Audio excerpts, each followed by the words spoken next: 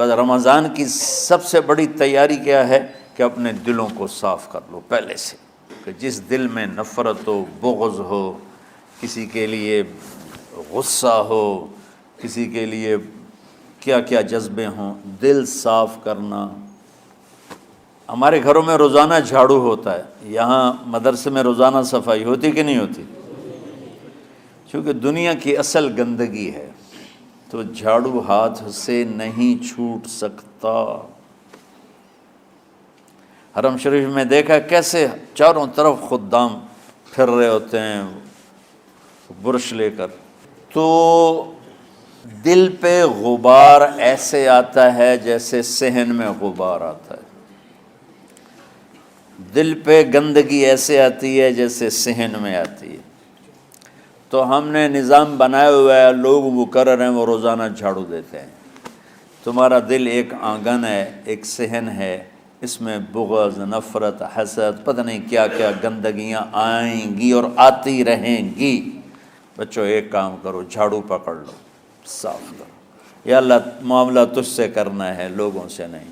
کسی نے برا کہا، کسی نے غیبت کی، کسی نے گالی دی، کسی نے دھکا دیا، کسی نے حق مارا، کسی نے کچھ کیا، یا اللہ تیرے سپرد میں نے اپنے دل کو سب سے صاف کیا، میں نے اپنے دل کو سب سے صاف کیا۔ یہ اتنی بڑی عبادت ہے کہ بڑے بڑے نفلوں والے، تہجد والے، حج عمرے روزے والے تمہیں نہیں پکڑ سکیں گے، کیونکہ اس کا کرنے والا دنیا میں کوئی نہیں۔ نفل پڑھنے والے تو بے شمار ہیں، عمرے کرنے والے بے شمار ہیں، علماء بے شمار ہیں، حاجی بے شمار ہیں، سخاوت کرنے والے بے شمار ہیں، لیکن اس ٹکڑے کو صاف کرنے والا لاکھوں میں ایک بھی نہیں ہے۔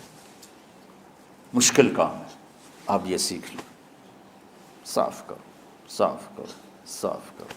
یہ رمضان کی سب سے بڑی تیاری اور علم کو حاصل کرنے کی سب سے بڑی چابی ہے کہ اپنے دل کو کھلا کر لو۔ کوئی چیز خالی ہوگی تو کچھ آئے گا۔ جس دل میں بغض بھرا ہو، نفرت بھری ہو، حسد بھرا ہو، کینہ بھرا ہو، اس میں خاک آئے گا، اس میں تو علم کی ایک کرن بھی نہیں آئے گی۔ اس زبان سے چاہے جتنے مرضی موتی بکھیرے، دل اس کا اندھا ہوگا۔ لا تعمى الابصار ولكن تعمى القلوب التي في الصدور۔ یہ آنکھوں سے اندھے نہیں، دل سے اندھے ہیں۔ تو بچوں اپنے دل کو صاف کرنا سیکھو۔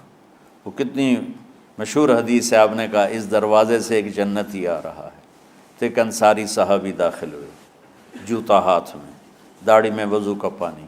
اگلے دن اس دروازے سے ایک جنتی آ رہا ہے، تو ایک صحابی آئے، ہاتھ میں جوتا، داڑھی میں وضو کا پانی، وہی صحابی۔ اگلے دن اس دروازے سے ایک جنتی آ رہا ہے، تو وہی صحابی 3 دن جنت کی بشارت لی انہوں نے۔ اس صحابہ کی جماعت میں ایک شخص ہیں جن کا نام ہے عبداللہ بن عمرو بن عاص۔ ان سے بڑا عبادت گزار صحابہ میں کوئی نہیں تھا، نہ سابقین میں نہ متاخرین میں، نہ پہلوں میں نہ بعد والوں میں۔ ان کی عبادت کیا تھی؟ ساری رات جاگنا، سارے دن کا روزہ، اور ایک ختم قرآن صبح سے شام تک۔ اتنی اللہ نے طاقت دی تھی۔ پھر وہی غلوب والی بات آ گئی، ایکسٹریم ہونے والی بات آ گئی۔ ان کی شادی والی رات حجلہ عروسی میں داخل ہو رہے ہیں، دلہن کے کمرے میں داخل ہو رہے ہیں، اور مصلی بچھا کے اللہ اکبر، اور دیر نفل تے نفل، دیر نفل تے نفل۔ تو ان کی بیگم نے دیکھا تو وہ بھی خیر کا زمانہ تھا، انہوں نے بھی وضو کیا اور پیچھے مصلی بچھا کے وہ بھی فجر تک نفل پڑھتے رہے۔ صبح ہوئی تو حضرت عمرو بن عاص رضی اللہ عنہ نے پوچھا، بیٹی رات کیسی گزری؟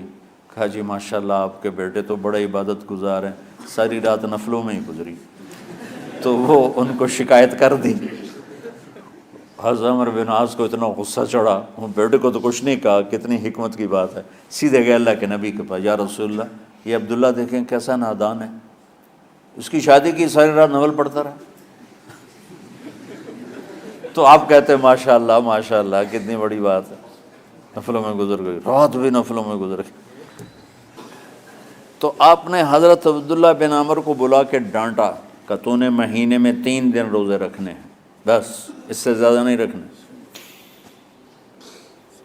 اور ہفتے میں 1 قرآن ختم کرنا ہے۔ کہا یا رسول اللہ میرے اندر طاقت زیادہ ہے۔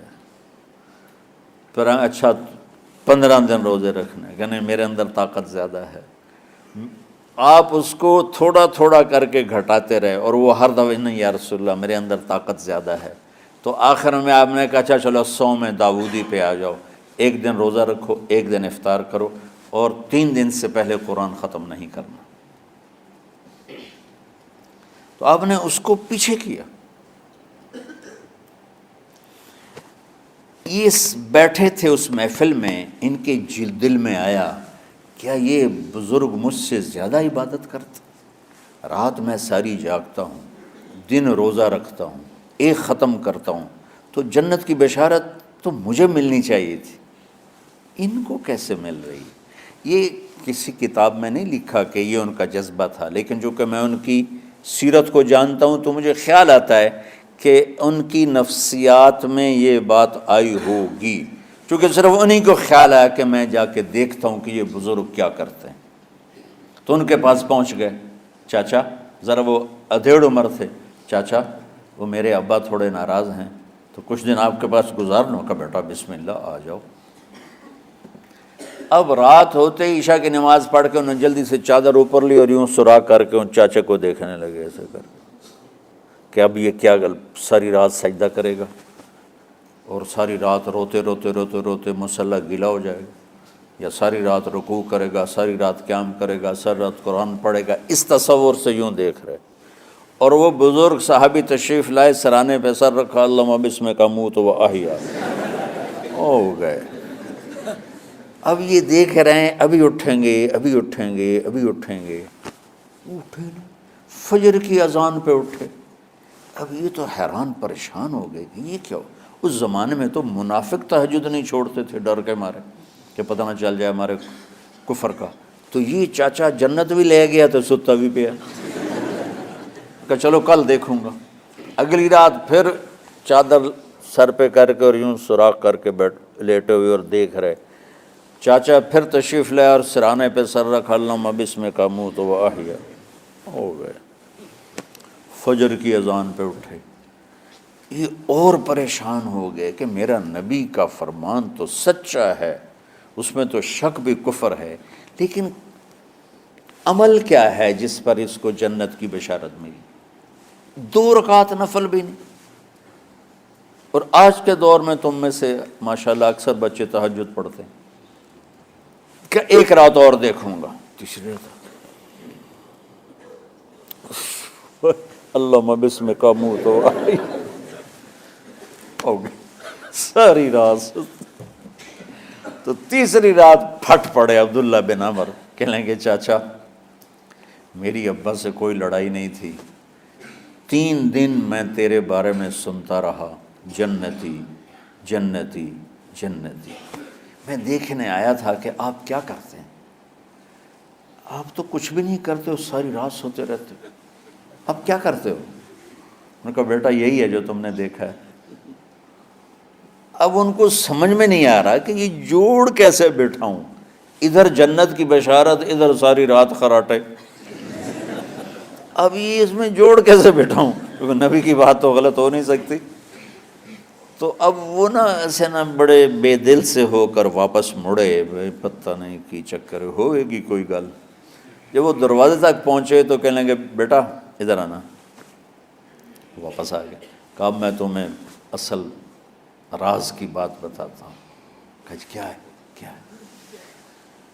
تو یہاں ہاتھ رکھا، کہا یہ جو دل ہے نا اس میں کسی انسان کی نفرت نہیں۔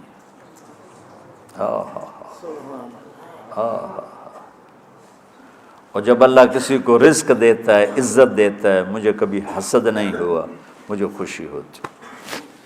تو عبداللہ بن عمر نے کہنا تھا ہاں یہ بات ہے، نہیں، انہوں نے کہا ہاذا ہوا، اچھل کے کہنے لگے ہاذا ہوا، ہاں ہاں ہاں ہاں یہی ہے یہی ہے یہی ہے۔ پھر کہنے کہ چاچا پر یہ میرے بس کا نہیں ہے، کون کرے گا یہ؟ اتنے بڑے آدمی ہو کر کہہ رہے ہیں کہ یہ میرے بس کا نہیں۔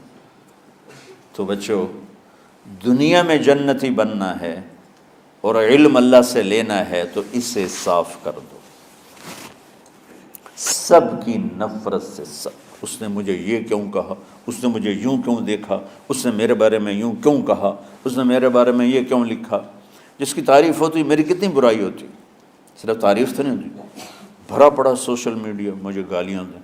اللہ کے فضل سے میرے دل میں ایک ذرے کے برابر کبھی کوئی منفی جذبہ نہیں آیا، آئے تو میں دھو کے صاف کر دیتا ہوں، یا اللہ میں نے اپنے دل کو صاف کیا، میرا معاملہ تیرے ساتھ ہے، کسی کے ساتھ نہیں۔ یہی آپ رمضان کی سب سے بڑی تیاری، علم کے حاصل کرنے کا سب سے بڑا ہتھیار آپ کو یہ نہیں ہے کہ تمہیں کتابیں یاد ہو جائیں، تمہیں اشعار یاد ہو جائیں۔